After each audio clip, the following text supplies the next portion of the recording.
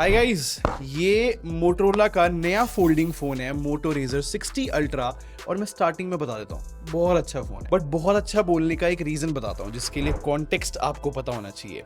Last year जो है razor 50 ultra आया, उस फोन में अपनी कमियां थी। और इंटरेस्टिंग बात पता है क्या है, जो भी कमियां थी ना लास्ट ईयर वाले रेजर 50 अल्ट्रा के अंदर, मुझे लगता है यार मोटरोला ने कुछ ज्यादा ही इंप्रूवमेंट करी है। और जब से मैंने ये रेजर 60 अल्ट्रा टेस्ट करना शुरू किया है ना, मुझे ऐसा लगता है कि यार वन बाय वन मोटरोला ने सारी लिस्ट बनाई होगी कि लास्ट ईयर वाले रेजर के अंदर क्या प्रॉब्लम है और सारी फिक्स कर दी इसके अंदर। खैर इस फोन को मैं अच्छा क्यों बता रहा हूँ वो आपको समझ में आ जाएगा, बट पहले बॉक्स ओपन करते हैं। खैर सीधा बॉक्स ओपन कर लेते हैं। अच्छा यहाँ पर एक अलग बॉक्स है, देखते क्या है इसमें। अच्छा डॉक्यूमेंटेशन है और पूरा केस दिया है यार, केस तो अच्छा दिया है यार। खैर एक बार फोन को मैं साइड में रख रहा हूँ, चार्जर दिखा देता हूँ। और क्योंकि यहाँ पर गुड न्यूज ये है कि अब 68 वॉट का चार्जर दिया है, क्योंकि पुराने वाले रेजर 45 वॉट चार्जिंग सपोर्ट करता था, अब 68 दे दी। अच्छी बात है। वैसे बता दूं, हमेशा की तरह मोटरोला अपने बॉक्स में ऐसे परफ्यूम लगा के देता है, इसमें भी है। बाकी यहाँ पर type C to C cable है। और अब मैं आपको दिखाता हूँ रेजर 60 अल्ट्रा का कैसा डिजाइन है। वैसे नो डाउट भाई फोन का डिजाइन बहुत अच्छा है, मतलब यहाँ पर वुडन फिनिश और जो कॉपर गोल्ड फिनिश है ये अच्छी लग रही है। और फोल्डिंग फोन्स में सबसे मेन तो ये हिंज होती है, ये भी सही लग रही है। इनफैक्ट ये वुडन के अलावा मेरे पास ये एक और वेरिएंट आया है ग्रीन कलर का,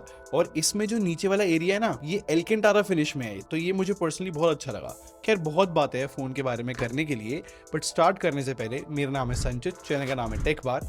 मैं आप लोग का टेक एक्सपीरियंस बेटर करना चाहता हूं, तो सब्सक्राइब बटन पे क्लिक कर लो, साथ में बेल आइकन जरूर प्रेस कर लेना। अब क्योंकि ये फोल्डिंग फोन है तो पहले ड्यूरेबिलिटी डिस्कस करते हैं। देखो ड्यूरेबिलिटी में मोटोरोला ने एक चीज बहुत अच्छी करी है कि जो लास्ट ईयर वाला रेजर था उसमें स्टेनलेस स्टील यूज किया था, बट इस बार टाइटेनियम यूज किया है। अब क्योंकि टाइटेनियम एक बहुत अच्छा मटेरियल माना जाता है, तो इस वजह से जो हिंज है वो अब और बेटर है, इनफैक्ट लाइटर भी है। एंड आई थिंक इसी वजह से इस फोन का वेट भी 200 ग्राम्स है, जो कि हल्का ही बोला जाएगा। और मैं हिंज को टेस्ट कर रहा था, 45 डिग्री से लेके ना 120 तक अपने आप को होल्ड तो कर पा रही है स्क्रीन। इनफैक्ट मोटोरोला का क्लेम है कि इसमें SGS सर्टिफिकेशन मिलती है, जहां पर ये फोन जो है 8 लाख टोटल फोल्ड हैंडल कर सकता है। और क्रीज देखना गाइस काफी कम कर दिया है भाई, मतलब पता लग रहा है कि फोल्डिंग फोन्स धीरे धीरे इवॉल्व होते जा रहे हैं। और मेरे हिसाब से एक और काम अच्छा कर दिया मोटोरोला ने कि यहाँ पर गोरिल्ला ग्लास सेरेमिक दिया है इसकी कवर डिस्प्ले पे, जो कि एनवीडिया बहुत स्ट्रॉन्ग ग्लास बोला जाएगा। और मोस्ट इंपॉर्टेंटली इस फोन में IP48 रेटिंग है यार, मतलब कि डस्ट से भी प्रोटेक्ट हो रहा है और वाटर से भी। और ये देख के लग रहा है भाई अगले साल तक बहुत अच्छी IP रेटिंग्स फोल्डिंग फोन्स में आने लगेगी। और जस्ट अपना ओपिनियन शेयर कर रहा हूँ, ये जो एल्केंटारा वाला वेरिएंट है ना, मुझे तो भाई इसकी इन एंड फीलिंग बेटर लगी है, क्योंकि इसकी ग्रिप भी बेटर है और सॉफ्ट टच मटेरियल है ना, तो ये थोड़ा बेटर फीलिंग देता है इन हैंड। और डिजाइन में जो बाकी बेसिक चीजें भी होती है ना, जैसे कि हैप्टिक फीडबैक, वो भी सही लगा। और जो स्टीरियो स्पीकर्स इस फोन में मिलते हैं वो काफी लाउड हो रहे हैं। इनफैक्ट सेपरेशन भी स्पीकर्स की अच्छी है। और फिंगरप्रिंट स्कैनर जो है पावर बटन के अंदर ही मिलता है, अच्छा काम कर रहा है। और आपने एक चीज नोटिस करी कि पावर बटन के ऊपर वॉल्यूम अप एंड डाउन तो मिल जाता है, बट फोन के लेफ्ट साइड में ये एक्स्ट्रा की है, और इस की को अगर मैं प्रेस करूं ना तो यहाँ पर मोटो AI आ जाती है। वैसे कितनी इंटरेस्टिंग बात है यार कि इतनी जल्दी AI इतनी इंपॉर्टेंट हो गई है फोन्स में कि उनके लिए डेडिकेटेड बटन दिया जा रहा है। खैर इस फोन में AI के बहुत सारे फीचर्स मिलते हैं, आगे डिस्कस करूंगा, बट पहले डिस्प्ले की बात करते हैं। बिल्कुल इजी वर्ड्स में बताऊं तो जो कवर डिस्प्ले है और जो फोल्डिंग डिस्प्ले है, दोनों की स्पेसिफिकेशंस अच्छी है। क्योंकि कवर डिस्प्ले की बात करूं तो ये 4 इंचेस की डिस्प्ले है, जो कि P OLED पैनल यूज करा है। कवर डिस्प्ले में भी फुल HD रेजोल्यूशन मिलता है और 3000 निट्स की पीक ब्राइटनेस। और ये जो डिस्प्ले है ना 165 हर्ट्ज तक रिफ्रेश रेट सपोर्ट करती है। खैर UI जो है 120 हर्ट्ज पे चलती है। इन शॉर्ट जितनी भी मैंने ये स्पेसिफिकेशंस बताई है ना, ये सारी हाई एंड ही बोली जाएंगी। और ऐसी ही सेम स्पेसिफिकेशंस इस इंटरनल डिस्प्ले को भी मिलती है, बट कुछ चीजें और एक्स्ट्रा है। अब ऑब्वियस बात तो ये है कि ये ज्यादा बड़ी डिस्प्ले है 7 इंचेस की, बट यार कुछ साल पहले 7 इंचेस के टैबलेट आते थे, अब फोल्डिंग फोन्स की डिस्प्ले 7 इंचेस है। खैर यहाँ पर डिफरेंस ये है कि ये बहुत टॉल डिस्प्ले है। वैसे ये डिस्प्ले भी 1.5 के रेजोल्यूशन सपोर्ट करती है, 165 हर्ट्ज का रिफ्रेश रेट भी है, ये भी P OLED पैनल है। तो ये जो डिस्प्ले 4500 निट्स की पीक ब्राइटनेस के साथ आती है। प्लस ये जो डिस्प्ले है डॉल्बी विजन भी सपोर्ट करती है। प्लस अच्छी बात ये है कि ये 10 बिट पैनल है, जो कि 120% DCI P3 सपोर्ट करता है। खैर तो बहुत टेक्निकल बातें बता दी मैंने, बट अगर इजी लैंग्वेज में बताऊं, अगर आप OTT जैसे कि नेटफ्लिक्स, प्राइम वीडियोस पे कोई कंटेंट देखते हो, क्योंकि इसमें डॉल्बी विजन का सपोर्ट है, HDR10+ का भी है, और पीक ब्राइटनेस भी इसकी अच्छी है, तो ऑब्वियसली भाई प्लेबैक अच्छा ही आता है यहाँ पर। बट एक चीज मैंने नोटिस करी, मैं ना इस फोन की ब्राइटनेस चेक कर रहा था डायरेक्ट सनलाइट में, और मेरे नोटिस में आया कि जो फोल्डिंग डिस्प्ले है, इस पे स्क्रीन प्रोटेक्टर जो लगा हुआ है, इस पे स्मजेस बहुत ज्यादा आते हैं, तो लाइक बार बार स्क्रीन साफ करनी पड़ती है, और डिस्प्ले साफ ना हो तो स्मजेस दिख जाते हैं। वैसे आउटडोर ब्राइटनेस ठीक है, बट नोटिस किया स्मजेस तो बता दिया। अच्छा बैटरी डिपार्टमेंट को डिस्कस करूं तो लास्ट ईयर के मुकाबले चार्जिंग स्पीड तो बढ़ाई है, जैसे कि मैंने स्टार्टिंग में बताया था।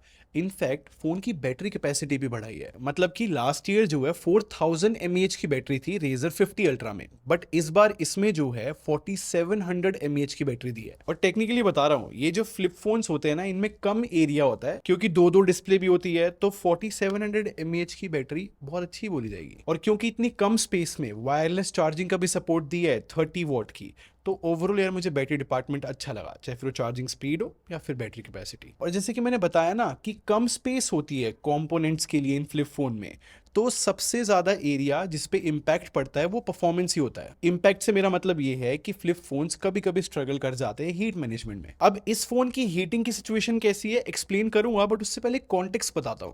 जब लास्ट ईयर Razer 50 अल्ट्रा आया था तो मोटोरोला ने उसके अंदर फ्लैगशिप प्रोसेसर यूज नहीं किया था, मतलब स्नैपड्रैगन 8S Gen 3 था उसमें। बट इस लेटेस्ट Razer 60 अल्ट्रा में मोटोरोला ने यार बिल्कुल फ्लैगशिप प्रोसेसर यूज किया है, मतलब स्नैपड्रैगन 8 Elite काफी अच्छा ही प्रोसेसर है। इनफैक्ट इस फोन में 16 GB रैम है और 512 GB स्टोरेज है, और स्टोरेज भी जो है UFS 4 यूज करी है। इन शॉर्ट स्पेसिफिकेशंस में कहीं पे भी कमी नहीं है, और अच्छी स्पेसिफिकेशंस की वजह से ऑब्वियसली यार मतलब Antutu, Geekbench ये स्कोर्स अच्छे आए हैं। बट इस फोन की परफॉर्मेंस में सबसे ज्यादा इंप्रेसिव बात पता है मेरे को क्या लगी? वो गेमिंग है। मतलब आज तक जितने भी मार्केट में फ्लिप फोन आए ना, मैंने सारे टेस्ट करे हैं, और ये स्टेटमेंट गेमिंग से रिलेटेड मैंने किसी भी फ्लिप फोन के लिए यूज नहीं करी है। क्योंकि जैसे कि मैंने आपको बताया था कि फ्लिप फोन्स जो है कम एरिया होने की वजह से अच्छे से हीट मैनेज नहीं कर पाते और इस वजह से थ्रॉटल हो जाते हैं, तो गेमिंग अच्छी नहीं मिलती थी यूजुअली। बट इस फोन की बात करूं तो मैंने इस फोन में बहुत हैवी गेम प्ले किया है, मतलब विदरिंग वेव्स जो है बहुत अच्छा गेम है, और इतना हैवी गेम होने के बाद भी ये स्क्रीनशॉट देखो 57.9 एवरेज FPS आया है। और सबसे वियर्ड बात तो ये है कि 33 डिग्रीज तक इसका टेम्परेचर गया है प्रोसेसर का, और ये जो FPS का मैं ग्राफ दिखा रहा हूं और इसमें जो डिप आई है FPS की, ये 30 FPS भी गेम के कट सीन है जो कि सिर्फ 30 FPS पे चलते हैं। अब क्योंकि इस फोन ने विदरिंग वेव्स में अच्छा परफॉर्म किया था, तो इसको क्रॉस चेक करने के लिए मैंने जेंशन इंपैक्ट भी खेला, और इस गेम में भी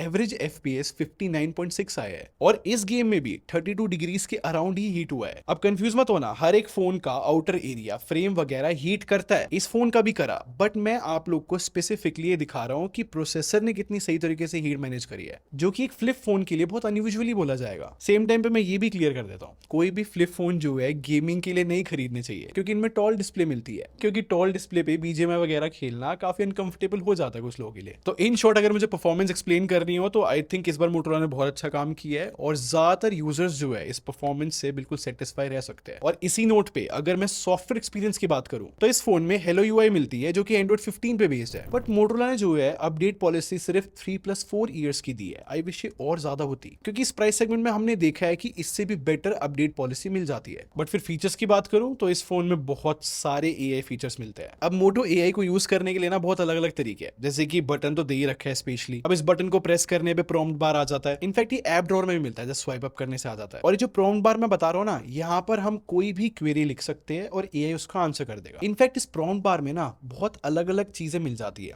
जैसे कि अगर मैंने कोई भी सेंटेंस बोला है इस प्रॉम्प्ट बार के अंदर और फिर मैं साथ में बोल देता हूँ रिमेंबर दिस, तो वो सेंटेंस को मेमोरी में सेव कर लेता है, फिर हमें कभी बाद में नीड पड़ती है तो हम यहाँ से एक्सेस कर सकते हैं। और अगर यहीं पे हम बोलते हैं कैच मी अप, तो जितनी भी नोटिफिकेशन आई है उसकी समरी आ जाती है, बहुत हेल्पफुल है। या फिर कोई भी सेंटेंस बोलने से पहले अगर मैं बोलता हूँ पे अटेंशन, तो जो भी मैं बोलूंगा ना ये AI जो है बहुत ध्यान से सुनेगा, फिर उसको ट्रांसक्राइब करके उसकी समरी जो है जर्नल के अंदर सेव करके रख लेगा। और इस फीचर को टेस्ट करने के लिए ना मैंने एक स्पेनिश पॉडकास्ट चला दिया था, जिसको इसने ट्रांसक्राइब तो किया ही, बट समरी मुझे इंग्लिश में मिली। और स्क्रीनशॉट में भी ये फीचर काम करता है, मतलब अगर मैंने कोई स्क्रीनशॉट लिया फिर रिमेंबर जिसके अंदर उसको सेव कर दिया बाकी डिटेल्स देकर, तो बाद में मैं उस स्क्रीनशॉट को भी एक्सेस कर सकता हूं। और ये जितने भी मोटो AI के फीचर मैंने बताया ना, ये अगर मैं ऐसे फोन को टेंट मोड में रखता हूं और जब भी मैं इस फोन के कैमरे की तरफ देखूंगा तो मेरे देखते ही ना मोटो AI ट्रिगर हो जाएगा और मैं इसको कमांड दे सकता हूं अलग अलग। बट इसको यूज करने के लिए ना फेस अनलॉक रजिस्टर होना चाहिए, और अगर आपको कोई भी प्राइवेसी कंसर्न है तो आप इसको डिसेबल भी कर सकते हो सेटिंग्स में। बट आई थिंक इस फीचर का सिंपल सा काम है, अगर मैं लैपटॉप पे कोई काम कर रहा हूं तो मैं टेंट मोड में फोन को रख दूंगा और जब भी मैं इस फोन की तरफ देखूंगा मैं AI यूज कर सकता हूं। और जेमिनाई भी मिलता है, तो जेमिनाई की जितनी भी फीचर्स है वो भी अवेलेबल है। और मैंने मल्टीपल टाइम्स बताया कि जेमिनाई के अपने फायदे हैं,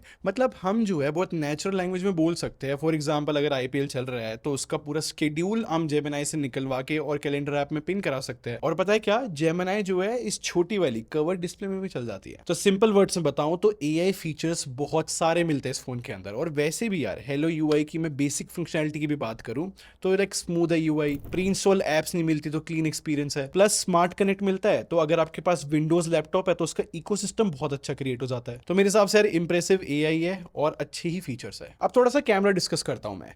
देखो इस फोन में 3 कैमरास है इंक्लूडिंग सेल्फी को बता रहा हूं, और तीनों जो है 50 मेगापिक्सल के कैमरास है। तो सबसे पहले मैं इसके मेन कैमरे की फोटोज दिखाता हूं, और यहां पर सिंपल सी चीज मैंने नोटिस करी कि डिटेल्स ये फोन बहुत सही तरीके से प्रोसेस कर पा रहा है। और इन फोटोज में जो कलर्स भी है ना, मैं उनको बोल सकता हूं कि नेचुरल है, काफी हद तक एक्यूरेट भी आ जाते हैं। और कुछ कुछ केसेस में मैंने ये भी नोटिस किया है कि रेड और ग्रीन्स को ये एक्स्ट्रा ब्राइट कर देता है आई कैची आउटपुट बनाने के लिए। और अगर बहुत कॉम्प्लिकेटेड लाइटिंग सिचुएशन है तो डार्कर एरियाज में कभी कभी नॉइज देखने को मिल सकती है, बट 90% टाइम जो है HDR भी बहुत अच्छा काम कर रहा है। और एक और चीज मैंने टेस्ट करी कि जो 2x पे फोटोज है ना, वो भी अच्छी डिटेल्स के साथ आ रही है। और कुछ ह्यूमन शॉट्स में आपको दिखाता हूं, यहां पर भी अच्छे रिजल्ट्स आ रहे हैं, क्योंकि जो स्किन टोन है वो बहुत हद तक एक्यूरेट आती है और ना ही फोटोज ओवर प्रोसेस लग रही है। तो ह्यूमन शॉट्स में भी ये नेचुरल फोटोज ला पा रहा है। और कुछ पोर्ट्रेट फोटोज भी दिखाता हूं, यहाँ पर जो कटआउट है मेरे हिसाब से वो अच्छा आ रहा है, इनफैक्ट बैकग्राउंड में ब्लर भी अच्छा आ रहा है। और जो दूसरा 50 मेगापिक्सल का कैमरा है वो अल्ट्रा वाइड है। अब मैं मेन कैमरे और अल्ट्रा वाइड को देख रहा था, काफी हद तक कंसिस्टेंट कलर्स आ रहे हैं, बहुत